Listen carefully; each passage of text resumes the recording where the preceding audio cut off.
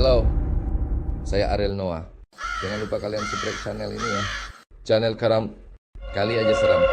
Jangan lupa juga kalian like, komen, dan share. Terima kasih ya. Bye-bye.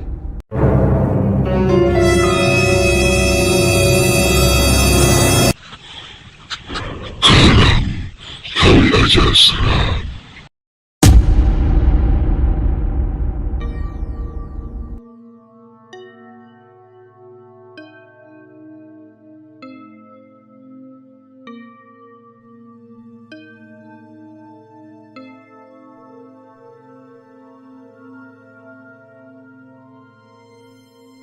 Pemandi jenazah, selamat datang di Karam Kali Aja Seram, tempat di mana cerita seram bertemu dengan tawa dan imajinasi liar.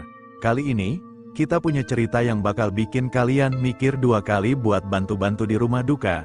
Ceritanya sederhana, cuma soal bantu mandiin jenazah. Tapi percaya deh, yang sederhana itu kadang yang paling seram. Siap-siap, karena cerita ini dimulai dari sebuah pilihan kecil, yang berakhir di teror malam hari. Simak sampai habis ya ceritanya, jangan lupa subrek, like, dan komen. Markijut, mari kita lanjut. Waktu itu, saya masih anak muda yang cuma mikir gimana caranya bisa beli rokok. Ibu saya juga perokok, jadi kadang saya sekalian beliin buat dia. Tapi ya itu, duitnya dari mana? Suatu hari, Pak Haji Aris, guru agama di kampung saya, ngajak saya ikut bantuin mandiin jenazah. Awalnya saya pikir, serem sih, tapi kan ada bayarannya, jadi saya berani-beraniin aja ikut. Di hari pertama, saya cuma bantu guyur air, enggak megang-megang jenazah sama sekali. Bayarannya Rp5.000. Saya pikir, lumayanlah. Beberapa minggu kemudian, saya diajak lagi, sama aja, cuma guyur-guyur doang. Tapi bayaran naik jadi Rp10.000. Wah, saya senang banget. Nah, yang ketiga ini beda. Pak Haji Aris bilang, kalau cuma bantu guyur doang, percuma, kali ini harus bantu megang. Saya langsung ciut nyali. Tapi demi duit, saya terpaksa setuju. Hari itu, saya ikut mandiin jenazah seorang ibu tua. Awalnya, biasa aja, saya tahan-tahan aja rasa takut. Tapi pas lagi ngeguyur badan jenazah, tiba-tiba tangan jenazah itu bergerak pelan, kayak mau meraih saya. Saya langsung lompat mundur sambil teriak, "Pak Haji, jenazahnya hidup lagi." Pak Haji cuma ketawa kecil dan bilang, "Santai aja, itu cuma refleks." Tapi saya udah gemeteran setengah mati. Yang lebih serem lagi, malam harinya, saya mimpi si ibu tua itu datang ke kamar saya. Dia berdiri di pojok kamar sambil senyum lebar. Lalu bilang, "Terima kasih ya, nak, udah bantu mandiin. Uangnya dipakai buat yang bener." Iya. Esok paginya, saya langsung kapok. Duit Rp10.000 itu saya kembalikan ke Pak Haji dan bilang, "Saya enggak mau lagi, Pak, udah cukup seremnya." Sejak kejadian itu, saya udah bulat tekad buat berhenti bantuin mandiin jenazah. Tapi, masalahnya, di kampung saya cuma ada beberapa orang yang mau bantu Pak Haji, jadi beberapa bulan kemudian, pas nggak ada orang lain yang bisa, Pak Haji datang lagi ke rumah.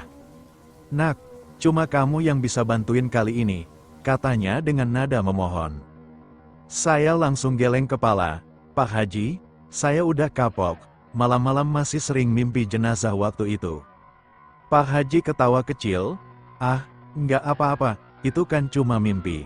Lagian, yang ini beda, jenazahnya anak kecil, nggak serem kok." Saya ragu, tapi pas Pak Haji bilang bayarannya dinaikin jadi Rp25.000, saya mulai mikir-mikir lagi. "Ya udah, Pak, tapi kali ini saya cuma bantu guyur aja, ya, enggak megang-megang." Pak Haji setuju, dan akhirnya saya ikut lagi. Pas sampai di rumah duka, suasananya beda, sepi banget, cuma ada keluarga si jenazah dan beberapa tetangga. Jenazahnya memang anak kecil, tapi entah kenapa, wajahnya bikin merinding, matanya tertutup. Tapi saya merasa kayak ada yang ngintip dari balik kelopak matanya. Kami mulai proses mandiin, saya ambil ember dan mulai guyur pelan-pelan. Awalnya biasa aja, tapi tiba-tiba saya dengar suara kecil, dingin, bang. Saya langsung berhenti dan nengok ke Pak Haji. "Pak, tadi Pak Haji ngomong ya?" Pak Haji bingung, "Ngomong apa?" Saya nggak bilang apa-apa. Saya celingak-celinguk, suara itu kayak dari dekat telinga saya. Tapi nggak ada siapa-siapa. Saya nekat lanjut guyur lagi. Tapi baru sekali siram, suara itu muncul lagi. Jangan buru-buru, Bang. Pelan-pelan aja. Kali ini saya yakin suara itu dari jenazah. Ember di tangan saya langsung jatuh. Airnya nyiprat kemana-mana. Saya mundur ke belakang sambil teriak, "Pak Haji, ini jenazah ngomong, Pak." Pak Haji langsung tenangin saya, "Kamu nggak usah takut, Nak, itu mungkin cuma sugesti. Udah, keluar aja dulu kalau nggak sanggup." Tanpa pikir panjang, saya langsung kabur keluar rumah. Tapi anehnya, pas saya keluar, suara itu malah terdengar lagi. Kali ini lebih jelas. "Terima kasih udah mandiin aku, Bang. Besok aku main ke rumah, ya." Malam harinya, saya nggak bisa tidur. Bayangan anak kecil itu terus muncul di kepala saya. Suaranya yang bilang, "Besok aku main ke rumah, ya," bikin saya merinding. Saya berusaha berpikir positif. Mungkin itu cuma halusinasi karena saya ketakutan tadi. Tapi, entah kenapa, saya nggak yakin. Jam menunjukkan pukul 1 dini hari. Suasana rumah sudah sepi. Ibu saya tidur di kamar, dan saya sendirian di ruang tamu. Angin malam terasa dingin, dan suara anjing dari jauh terdengar seperti menggema. Tiba-tiba, terdengar suara ketukan pelan di pintu depan. Tok, tok, tok. Saya terdiam, menatap pintu dengan mata terbelalak. Siapa yang datang tengah malam begini? Saya mencoba mengabaikannya, tapi ketukan itu terdengar lagi. Kali ini lebih keras. Tok, tok, tok. Pelan-pelan, saya bangkit dari kursi. Jantung saya berdegup kencang. Dengan langkah gemetar, saya mendekati pintu dan bertanya, "Siapa di luar?" Tidak ada jawaban, hanya suara angin yang berhembus. Saya menelan ludah dan, dengan nekat, membuka pintu sedikit. Kosong, tidak ada siapa-siapa di sana. Saya menghela napas lega dan menutup pintu kembali. Tapi saat saya berbalik, saya melihat sesuatu berdiri di ujung lorong rumah. Anak kecil itu, dia berdiri di sana dengan baju putihnya, rambut basah seperti habis mandi, dan senyuman kecil yang membuat bulu kuduk saya berdiri. "Bang, aku bilang mau main, kan?" katanya dengan suara pelan tapi jelas. Saya kaku, tubuh saya tidak bisa bergerak. Anak itu mulai berjalan mendekat, langkahnya pelan tapi pasti. "Bang, aku kedinginan. Boleh aku numpang tidur?" Saya mau teriak, tapi suara saya seakan hilang. Anak itu semakin dekat, dan saya bisa melihat wajahnya lebih jelas. Kulitnya pucat, matanya sedikit terbuka, dan ada bekas air di pipinya. "Kenapa diam?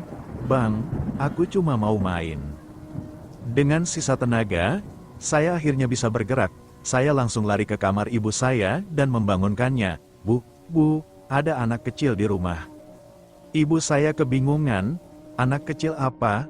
Nak, kamu mimpi?" "Ya." Saya menyeret ibu ke ruang tamu. Tapi saat kami sampai di sana, ruangannya kosong, anak itu sudah tidak ada. Tapi di lantai, ada bekas jejak kaki basah menuju pintu keluar. Sejak kejadian itu, saya benar-benar kapok. Saya nggak pernah lagi membantu mandiin jenazah, meskipun bayarannya berlipat-lipat. Bahkan setiap kali saya melewati rumah duka anak itu, saya selalu merasa seperti ada yang mengintip dari jendela, sambil tersenyum. Sejak kejadian itu, saya benar-benar kapok, tapi keanehan tidak berhenti di situ. Seminggu kemudian, Pak Haji datang lagi ke rumah. Kali ini wajahnya serius, tidak seperti biasanya. "Pak Haji, kalau mau ngajak mandiin jenazah lagi, maaf saya udah nggak mau." Saya langsung tegas menolak. Pak Haji menggeleng, "Bukan soal itu, Nak, ada sesuatu yang harus kamu tahu. Anak kecil yang kamu bantu mandikan itu, jenazahnya hilang dari kuburan." Jantung saya serasa berhenti. Apa maksud Pak Haji? Pak Haji menjelaskan. Pagi itu penjaga makam menemukan liang kubur anak itu kosong, seperti digali dari dalam. Tidak ada jejak siapapun, hanya tanah yang tergali rapi. Keluarga anak itu sekarang ketakutan. Mereka bilang malam-malam sering dengar suara anak kecil memanggil-manggil dari luar rumah. Tambahnya, saya langsung teringat kejadian malam itu, ketika anak itu datang ke rumah saya. Tapi saya tidak berani cerita ke Pak Haji. Saya hanya mengangguk pelan dan berharap semua ini segera berlalu. Malamnya, saya mencoba tidur lebih awal, tapi rasa gelisah tidak hilang. Jam 2 dini hari, saya terbangun karena suara langkah kaki kecil di luar kamar. Tik-tok, tik-tok. Saya menutup selimut erat-erat, mencoba mengabaikan suara itu. Tapi langkah kaki itu makin mendekat, berhenti tepat di depan pintu kamar. Kemudian terdengar suara pelan. "Bang, aku di sini, buka pintunya. Bang." Saya merinding, suara itu jelas suara anak kecil yang sama. Saya menggigil di bawah selimut, tidak berani bergerak. Tiba-tiba, pintu kamar berderit terbuka sendiri. Saya memejamkan mata, berharap ini semua mimpi. Kemudian, saya merasakan sesuatu naik ke atas kasur. Beratnya seperti tubuh kecil. Nafas dingin terasa di leher saya. Dan suara itu berkata lagi, kali ini dengan nada yang lebih menyeramkan, "Bang, kenapa nggak mau main sama aku lagi?" Saya membuka mata sedikit, dan di depan wajah saya, ada wajah anak kecil itu, dengan mata yang sekarang hitam pekat dan senyum lebar penuh gigi tajam. Saya ingin berteriak, tapi tidak bisa. Tubuh saya terasa lumpuh. Anak itu mendekatkan wajahnya ke telinga saya dan berbisik, "Kalau Bang nggak mau main sama aku cari ibu aja, ya." Setelah itu, semuanya gelap. Saya pingsan. Esok paginya, saya terbangun di lantai kamar dengan tubuh gemetaran. Saya langsung lari ke kamar ibu. Ketika saya membukanya, saya menemukan ibu saya duduk di tempat tidur. Wajahnya pucat, dengan pandangan kosong. Di dinding kamar, tulisan besar seperti goresan tangan kecil, "Terima kasih sudah mau main denganku, Bu." Jadi, itu tadi cerita tentang gimana sebuah keputusan kecil bisa bikin hidup kita berubah selamanya. Kadang, niat cari uang tambahan malah bikin kita dapat bonus. Bonus serem, maksudnya, pesan moralnya, kalau mau bantu mandiin jenazah, pastikan dulu bayaran cukup untuk bayar psikolog, ya, dan kalau dengar ketukan pintu di tengah malam, mending pura-pura tidur aja. Sampai di sini dulu episode Karam, Kali Aja Seram kali ini. Jangan lupa, selalu dengarkan bisikan intuisi. Siapa tahu itu bukan cuma intuisi, tapi sesuatu yang lebih nyata. Sampai jumpa di cerita berikutnya. Kalau berani, Karam. Kali Aja Seram. Jangan kemana-mana. Setelah ini masih ada satu cerita lagi.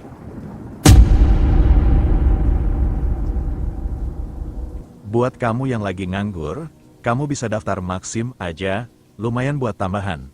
Buat yang mau daftar, tanpa SIM bisa, kendaraan lama bisa, langsung jadi, langsung bisa dipakai untuk narik. ADM-nya 50.000 aja. Hubungi WhatsApp 08228399989955.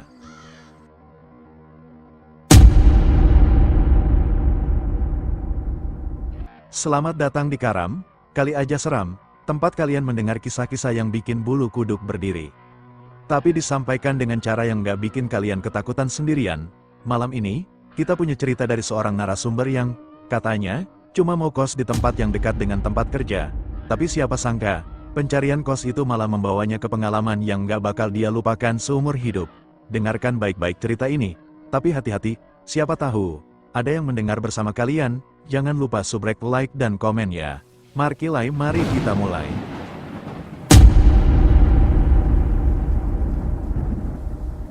Kosan horor, cerita dimulai tahun 2014 saat Anda bekerja di perusahaan AC asal Jepang di Bandung. Anda bertemu teman bernama Yayan, yang dijuluki Pasha. Meski dari perusahaan saingan, kalian berteman baik. Mencari kosan, karena sering terlambat, Pasha mengajak Anda mencari kosan baru. Setelah mencari via warnet, akhirnya menemukan kosan unik di rumah tua dengan suasana yang antik dan menyeramkan. Pindahan ke kosan baru, rumah kosnya memiliki suasana seperti museum, dengan furnitur kayu jati antik dan kelambu di kamar tidur. Pasha merasa tidak nyaman karena atmosfernya yang menyeramkan. Malam pertama yang aneh. Malam pertama, seorang ibu berpakaian kebaya hitam dan berwangi melati mengetuk pintu kamar kalian. Dia mengundang kalian makan malam di rumah sebelah. Rumah kedua yang lebih seram. Rumah tempat makan malam memiliki arsitektur Belanda tua, dihiasi barang antik seperti kepala rusa. Saat makan malam, suasananya terasa sangat formal, dengan meja panjang bercover putih, peralatan makan lengkap, dan tata cara layaknya acara resmi. Kemunculan anggota keluarga, Saat makan malam dimulai, seorang bapak berwajah blasteran masuk, diikuti dua anaknya, menambah keanehan suasana. Anak-anak dari si ibu muncul. Mereka berdua, seorang laki-laki dan seorang perempuan, terlihat masih remaja. Pakaiannya sama formalnya seperti orang tua mereka. Si anak laki-laki memakai setelan jas lengkap, sementara si perempuan mengenakan kebaya putih dengan kain batik yang mirip ibunya. Namun, ada yang terasa ganjil, wajah mereka tampak pucat, dan ekspresi mereka datar, seolah tanpa emosi. Saat mereka duduk di meja, suasana jadi semakin tegang. Tidak ada pembicaraan yang berarti di antara anggota keluarga, hanya ada suara alat makan beradu pelan, dan sesekali si ibu tersenyum kecil. Pasha, dengan gaya santainya, mencoba mencairkan suasana dengan bercanda. "Bu, makannya enak banget. Ini apa, rendang atau semur?" tanyanya sambil menaruh lauk ke piringnya. Tapi, ibu itu hanya tersenyum lembut tanpa menjawab. Saya yang duduk di sebelah Pasha mulai merasa tidak nyaman. Ada sesuatu yang terasa aneh dari makanan itu. Bau rempahnya memang sedap, tapi ada aroma samar lain yang membuat saya ragu untuk menyantapnya. Sementara itu, Pasha tetap melahap makanan dengan lahap, tidak peduli dengan keanehan di sekelilingnya. Ketika saya sedang mencoba menghindari makanan di piring, tiba-tiba terdengar suara tawa pelan dari salah satu sudut ruangan. Suara itu terdengar seperti suara anak kecil. Meskipun tidak ada siapapun di sana, Pasha berhenti makan sejenak dan menoleh ke arah saya. "Kamu dengar itu, Ton?" bisiknya. Saya mengangguk, sambil mencoba tetap tenang. Tapi sebelum saya sempat mengatakan apa-apa, si bapak yang duduk di ujung meja menatap kami dengan tajam. Matanya tampak merah, seperti tidak tidur selama berminggu-minggu. Dia mengangkat gelas anggurnya, lalu bicara untuk pertama kalinya sejak kami masuk ke rumah itu. "Selamat datang di rumah kami," katanya dengan suara berat yang terkesan dingin. "Semoga kalian merasa nyaman di sini. Keluarga kami suka sekali menerima tamu, apalagi yang muda-muda seperti kalian." Ada jeda yang aneh setelah kalimat itu. Saya bisa merasakan bulu kuduk saya berdiri. Pasha, meskipun biasanya santai, terlihat sedikit tegang. Setelah makan malam selesai, si ibu meminta kami untuk tetap di meja. "Kami punya sesuatu untuk kalian," katanya dengan senyum yang tidak pernah hilang dari wajahnya. Lalu dia memanggil seorang pembantu, seorang pria tua dengan wajah dingin yang membawa nampan berisi 2 cangkir teh. "Minumlah, ini teh terbaik kami," katanya lembut. Pasha langsung mengambil cangkirnya tanpa curiga. Tapi saya menahan diri. "Terima kasih, Bu. Tapi saya tidak terlalu suka teh malam-malam, takut nanti susah tidur," saya berkata, mencoba menolak dengan sopan. Wajah si ibu sedikit berubah, tapi dia tetap tersenyum. "Oh, jangan khawatir, teh ini, khusus, membantu tidur lebih nyenyak." Pasha, yang sudah menyesap tehnya, tiba-tiba batuk kecil. "Ini rasanya aneh. Ton, kayak, ada sesuatu," katanya pelan. Saya langsung panik dan meraih tangannya.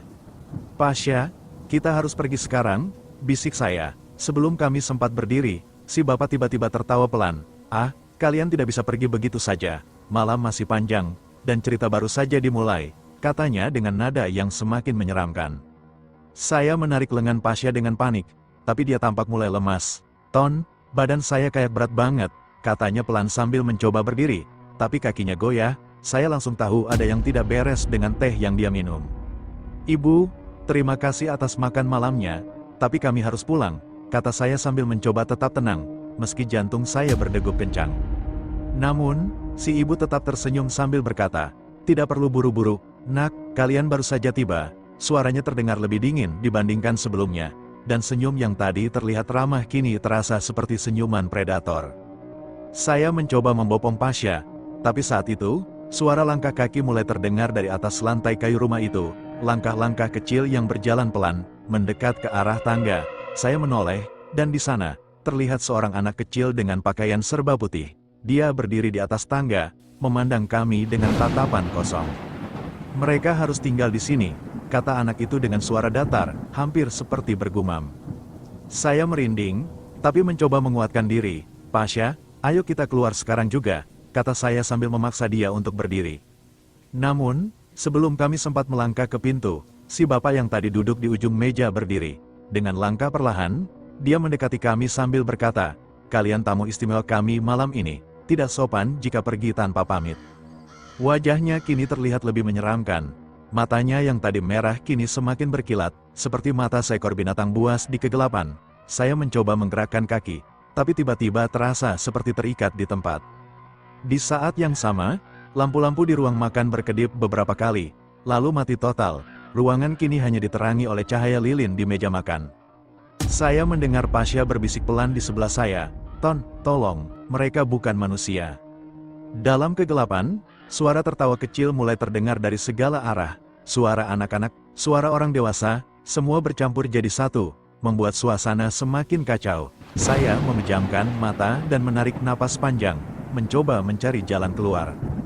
"Pasha, kita lompat aja ke jendela," bisik saya panik. Dia hanya mengangguk lemah. Dengan sekuat tenaga, saya menariknya ke arah jendela di ruang makan. Saya melempar kursi ke kaca jendela, dan kaca itu pecah dengan suara yang memekakkan telinga. Udara dingin dari luar langsung masuk, dan tanpa pikir panjang, saya melompati jendela sambil menyeret Pasha. Kami jatuh di halaman yang penuh tanaman hias. Saya bisa mendengar suara dari dalam rumah, teriakan, langkah kaki, dan suara tawa yang terus menggema. Tanpa berpikir panjang, saya memanggul Pasha ke motor, lalu menyalakannya dengan tangan gemetar. Saat motor mulai bergerak, saya menoleh ke belakang. Di sana, di jendela yang pecah tadi, si ibu berdiri diam. Senyum dinginnya terlihat jelas di bawah sinar bulan, dan rambutnya yang dihias melati perlahan melayang seperti tertiup angin. Dia hanya menatap kami, tidak mengejar. Keesokan harinya kami akhirnya sampai di kos lama Pasha di Cibiru. Pagi harinya, Pasha yang sudah merasa lebih baik mulai bercerita bahwa malam itu dia merasa seperti sedang diawasi terus-menerus, bahkan sampai saat kami berhasil kabur. Kami memutuskan untuk tidak pernah kembali ke kosan itu. Tapi, satu hal yang membuat kami semakin merinding adalah ketika saya mengecek alamat kos tersebut di warnet keesokan harinya. Di salah satu artikel lama, disebutkan bahwa rumah itu pernah menjadi tempat tinggal sebuah keluarga terpandang di zaman Belanda. Namun, keluarga tersebut tewas mengenaskan dalam sebuah kebakaran besar di tahun 1940-an. Tidak ada yang tahu bagaimana rumah itu bisa berdiri kembali, apalagi menjadi tempat kos. Setelah malam itu, saya dan Pasha bertekad untuk tidak lagi membicarakan rumah itu. Kami bahkan tidak menceritakan kejadian tersebut kepada teman-teman kami. Namun, ada satu hal aneh yang terus menghantui kami. Setiap kali lewat di dekat jalan menuju kosan itu, Pasha selalu merasa mual, seperti ada sesuatu yang menekan dadanya. 3 hari setelah kejadian, Pasha memutuskan untuk mengambil barang-barangnya yang tertinggal di kos tersebut. Saya yang awalnya enggan, akhirnya memutuskan untuk menemaninya. Kami berangkat pagi-pagi sekali, berharap suasana tidak terlalu menyeramkan. Sesampainya di sana, suasana kos tampak sepi. Tidak ada tanda-tanda kehidupan. Pagar rumah terkunci rapat. Tapi anehnya, motor kami masih terparkir di dalam. Pasha memanggil-manggil penjaga kos, tetapi tidak ada jawaban. Setelah beberapa lama, seorang pria parubaya keluar dari rumah sebelah yang ternyata tetangga kos tersebut. "Nyari siapa, Nak?" tanyanya ramah. "Kami mau ambil barang-barang kami di kos ini, Pak. Kami ngekos di sini," jawab Pasha. Raut wajah pria itu langsung berubah. Ia memandang kami dengan tatapan bingung. "Nak, kos ini sudah lama kosong. Tidak ada yang tinggal di sini sejak bertahun-tahun lalu," katanya. Saya dan Pasha saling berpandangan, tidak percaya. "Tapi kami baru pindah ke sini 3 hari lalu," jawab saya dengan suara gemetar.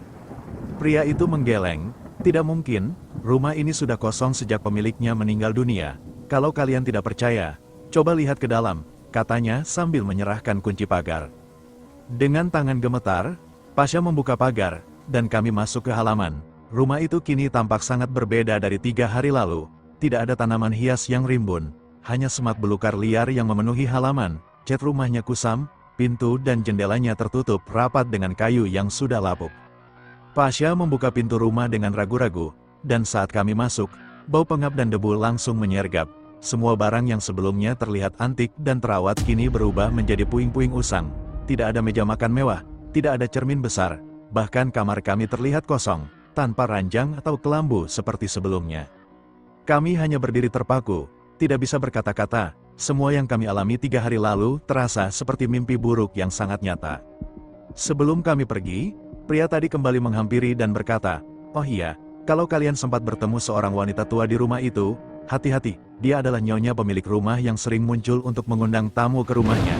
Tapi tak seorang pun tahu siapa sebenarnya yang kalian ajak bicara." Mendengar itu, Pasha langsung menarik tangan saya, dan kami pergi tanpa menoleh lagi. Begitulah cerita dari kos yang katanya murah, bersih, dan asri. Ternyata menyimpan rahasia yang gak pernah kita bayangkan sebelumnya. Kalau mau cari kos, pastikan bukan cuma murah, tapi juga normal. Ya, terima kasih sudah mendengarkan cerita kali ini di Karam Kali Aja Seram. Sampai jumpa di episode berikutnya, yang pasti bakal bikin kalian berpikir dua kali sebelum bilang, "Ah, ini cuma kebetulan." Jangan lupa, kalau kalian punya cerita seram atau pengalaman misterius, kirim ke kami di nomor WhatsApp 082283998955. Siapa tahu cerita kalian yang bakal kita bahas. Selamat malam, sampai jumpa. Jasa pengurusan NPWP. Buat kamu yang sibuk, tidak mau pusing urus NPWP, serahkan ke kami. Langsung jadi, langsung bisa dipakai untuk apa aja. ADM-nya 50.000 aja. Hubungi WhatsApp 082283998955.